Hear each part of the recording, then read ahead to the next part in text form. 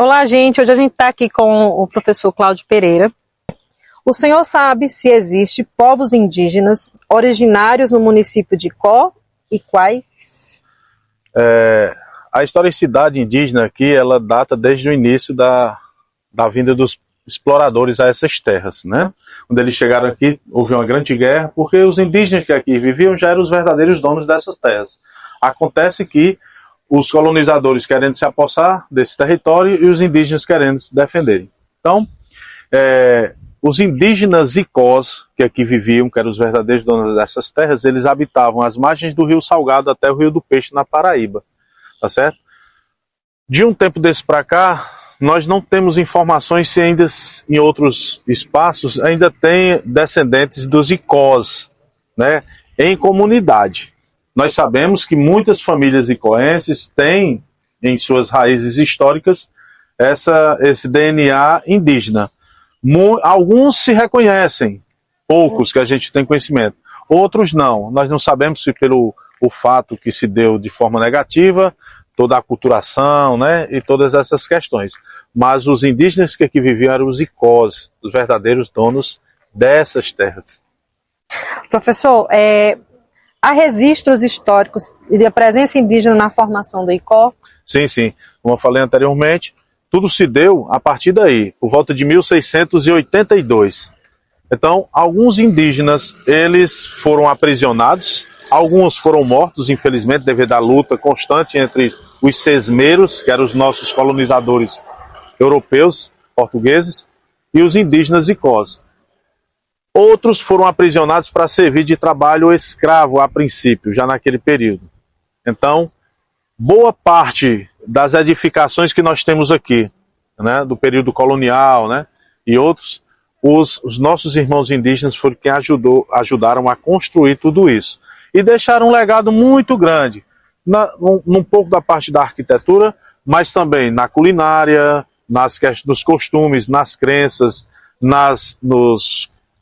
como é que eu posso dizer, objetos musicais, tá certo? Na tinturação dos corpos, que hoje nós temos as tatuagens, mas eles já faziam tinturando as suas peles já naquele período. Então, os indígenas Icós, eles tiveram uma participação imensa, deixaram um legado muito grande na construção histórica da cidade de Icó, de toda essa região. O senhor conhece nomes de lugares em Icó, tipo rio, bairros, que sejam de origem indígena? Pois muitas plantas foram dados nomes pelos nossos irmãos indígenas. E assim como algumas comunidades rurais que nós temos aqui. Mulungu, Cajazeiras, né, Catingueira e outras comunidades que foram se constituindo mediante essa presença indígena que ali estavam e eles foram dando. Assim como aves também, né? As araras, os periquitos, tá certo? E outros tipos de aves. Mas rios, aqui nós temos o Rio Salgado e o Rio de Jaguaribe, que fica na outra vertente, né? Que corta a região do Iguatu. Mas dentro do município eles dois se encontram. E muito provavelmente esse Rio Jaguaribe vem de um animal chamado jaguar, né? Por isso que chama Jaguaribe, tá? Tá ótimo. O senhor conhece alguma história, lenda ou memorial oral indígena que é relacionada à região? Nós temos algumas histórias dessas guerras, nas guerras que se deu entre as famílias Montes e Fonseca, ou Feitosa, onde os Montes, depois de um trabalho de catequização por parte dos frades que viveram aqui, eles fizeram esse trabalho de evangelização com eles para apaziguar. E quando a família Feitosa chega, se instala através também de Sesmarias, que eles desejavam impor, né, e está fazendo esse trabalho também de exploração dessas terras, teve uma luta muito grande entre os Montes e Feitosas, por isso ficou chamado como uma guerra entre Montes e Feitosas.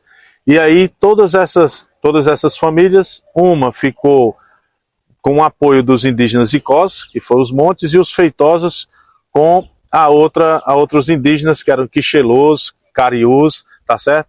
Então eles tiveram uma luta muito grande. Quer dizer, a princípio eles eram inimigos, entre aspas, né? no período de colonização, mas já depois eles se tornaram aliados. Isso porque os portugueses ofereciam vantagens para os indígenas, vantagens entre aspas, né? Porque no final eles não tinham vantagem nenhuma, até mesmo porque suas terras estavam sendo tomadas e exploradas de toda forma possível. Como ocorreu a presença indígena durante o processo de ocupação e formação do ICO?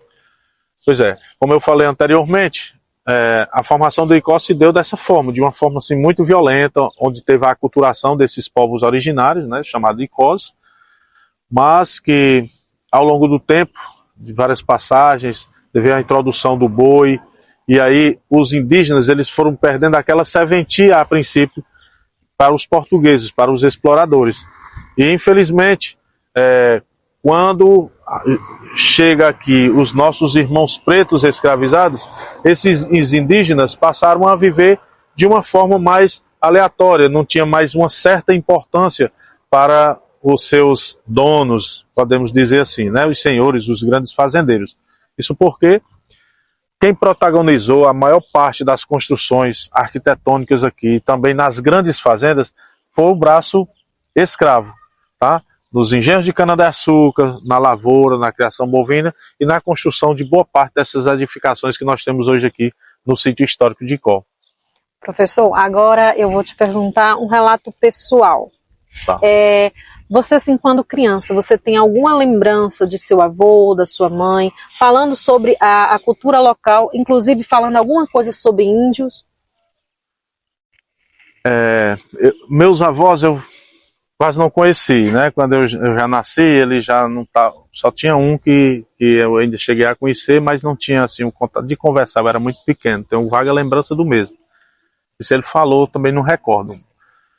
Minha mãe também, ela não falou muito sobre essa questão indígena, ela falou mais sobre essa questão escravizada, né? Porque os indígenas já foi muito tempo, bem para trás, então as pessoas ao longo do tempo foram esquecendo. Torno a dizer, logicamente que nós tivemos a presença indígena aqui, que foi muito forte também, mas ao longo do tempo, com essa introdução do braço negro, esse povo foi ficando à margem, muito mais à margem, né? Acontece que foram surgindo outras nomenclaturas. Nós tínhamos o indígena, nós tínhamos o preto africano, nós tínhamos o europeu. Mas aí veio o pardo, veio o cafuso, né? Isso. E veio outras nomenclaturas que foram criadas aí, que era a relação do preto com o indígena, do indígena com o europeu, ou do europeu com o preto, tá certo? Mas poucas pessoas hoje se julgam indígenas. A grande maioria diz que tem descendência direta escravizada, tá certo? Mas a minha mãe falava mais relatos sobre os bisavós, né? Os avós que trabalhavam nas cozinhas das senhoras, das pessoas ricas naquela época, e veio esse nome doméstica, que doméstica nada mais é do que uma pessoa dominada, que estava ali apenas para fazer um trabalho. Então por isso chamado doméstica, uma pessoa domesticada, domada, como se fosse um animal, um cachorro, um gato. Exatamente. Infelizmente. Professor, muito obrigado. A equipe do grupo da UES lhe agradece o seu tempo, a sua presença, a sua disponibilidade. Viu? Desde já, muito obrigado pelo seu relato, vai contribuir muito para o nosso trabalho. Eu que agradeço por esse momento, espero que tenha contribuído de alguma forma. São informações de muito tempo, mas que aos poucos é que a gente vai descobrindo, a gente nunca sabe tudo. Mas eu quero parabenizar aqui o professor e também toda a turma por essa ação maravilhosa de resgate de um pouco da nossa história. Só preserva e valoriza quem conhece. Então, a partir desse trabalho que vocês estão desenvolvendo, que eu julgo ser muito importante, que a sociedade possa compreender mais e ter consciência da raiz e do chão que eles estão pisando. Muito obrigada. Boa tarde, professor. Boa tarde. Boa tarde. Eu me chamo Damiana. A gente está fazendo uma pequena pesquisa sobre o grupo de indígenas. O senhor pode nos responder algumas perguntas? Sim, posso, com certeza. Eu vou me apresentar, né? Meu nome é Claudio Alberto Laurentino Paulino. Eu hoje faço parte de um conselho, né, que foi criado no ICO esse ano, né, que engloba tanto a questão do negro quanto os índios, né, e outras culturas também religiosas, né. É um conselho bem diversificado. Pronto. Professor, eu vou fazer algumas perguntas, tá certo? Na sua experiência como professor, a história indígena de Icó é trabalhada nas escolas? Não, ela não é, né?